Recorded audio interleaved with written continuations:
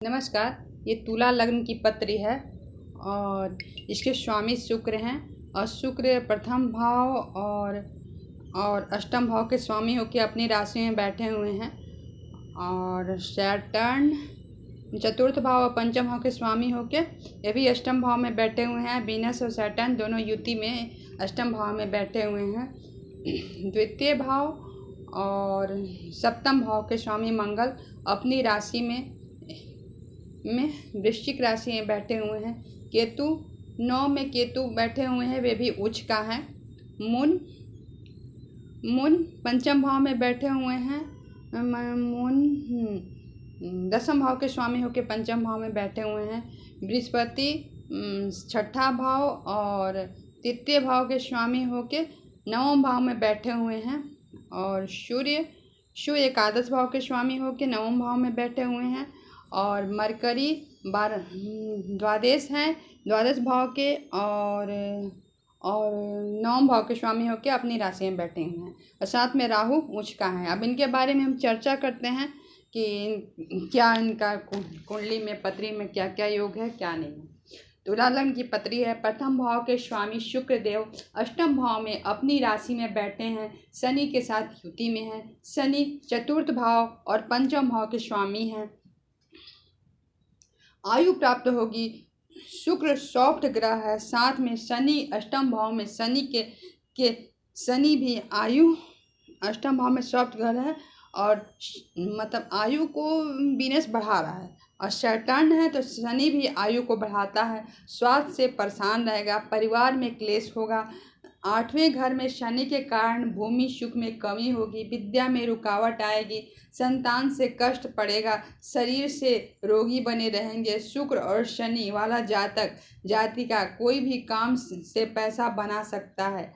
अब लेते हैं मंगल, द्वितीय भाव का स्वामी और सप्तम भाव के स्वामी। मंगल के बारे में बताते हैं।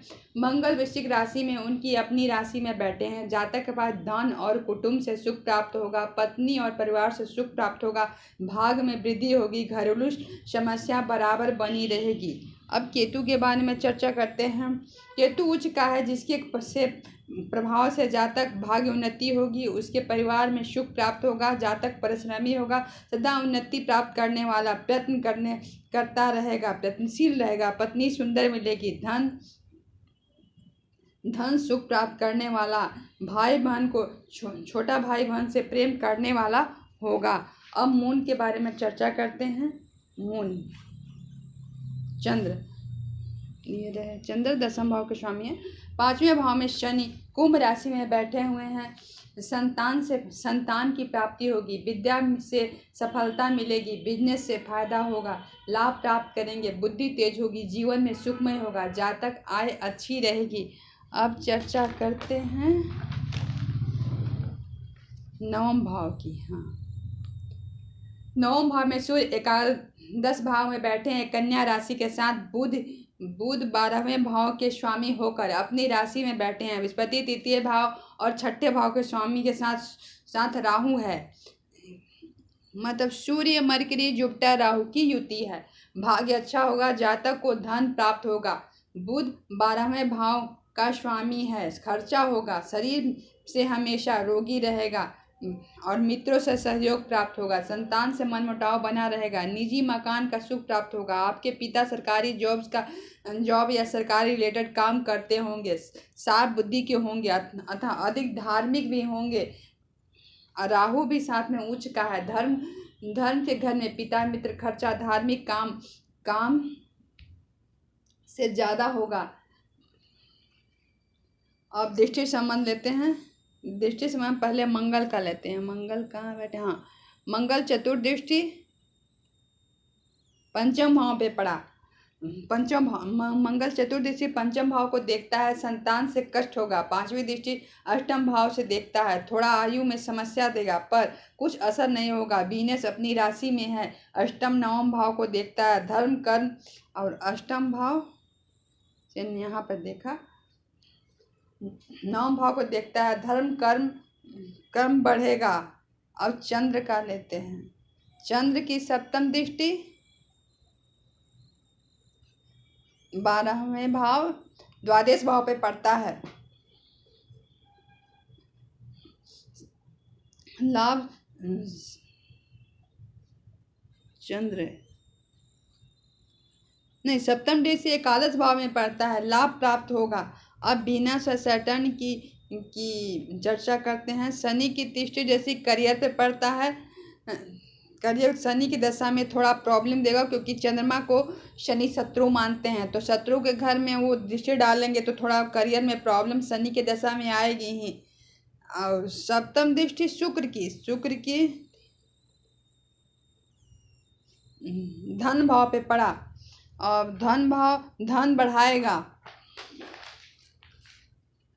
अब शनि के सप्तम और शनि का भी सप्तम दृष्टि अष्टम भाव पे पड़ा, तो धन बढ़ाएगा, क्योंकि दोनों राशि क्योंकि शुक्र तो सॉफ्ट ग्रह धन बढ़ाएगा है, लेकिन शनि भी यहाँ पर थोड़ा प्रॉब्लम देगा, क्योंकि वो मंगल को शत्रु मानता है, तो थोड़ा सा धन भाव में प्रॉब्लम देगा। लेकिन जब शुक्र की दशा चढ़ेगी तो धन की वृद्धि होगी। शनि की दशम दृष्टि पंचम भाव पे पड़ा और कुंभ राशि पे पंचम भाव, शनि की दशम दृष्टि पंचम भाव को देखता है, कुंभ राशि को। संतान से सुख और लाभ प्राप्त होगा।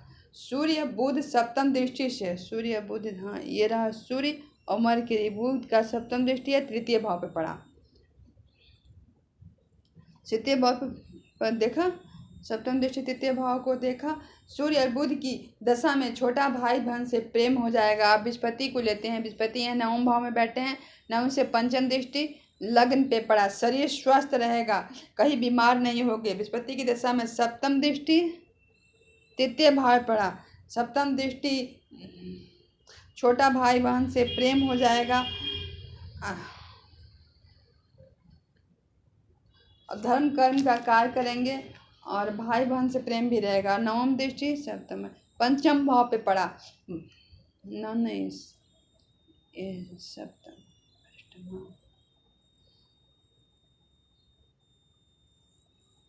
पंचम भाव पड़ा। बच्चा से बृहस्पति की दशा में सुख भी होगा और आपकी बुद्धि भी मतलब अच्छा काम करेगी और उससे आपको सुख भी होगा।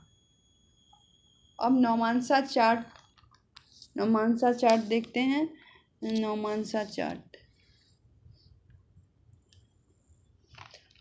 चार्ट अब दिखाते हैं। नौमांसा चार्ट से बल पता चलता है, किस ग्रह में कितना बल है, किस भाव में है।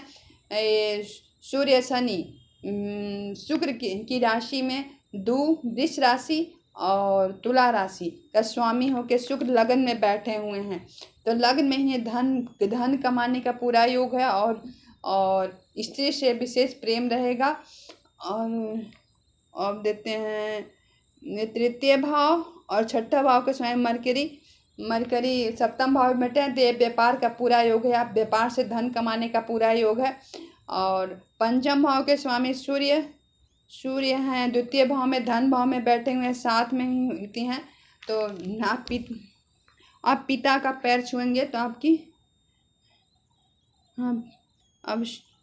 आप पिता का पैर छुएं तो आपका शनि और सूर्य की युति अच्छा काम करेगी।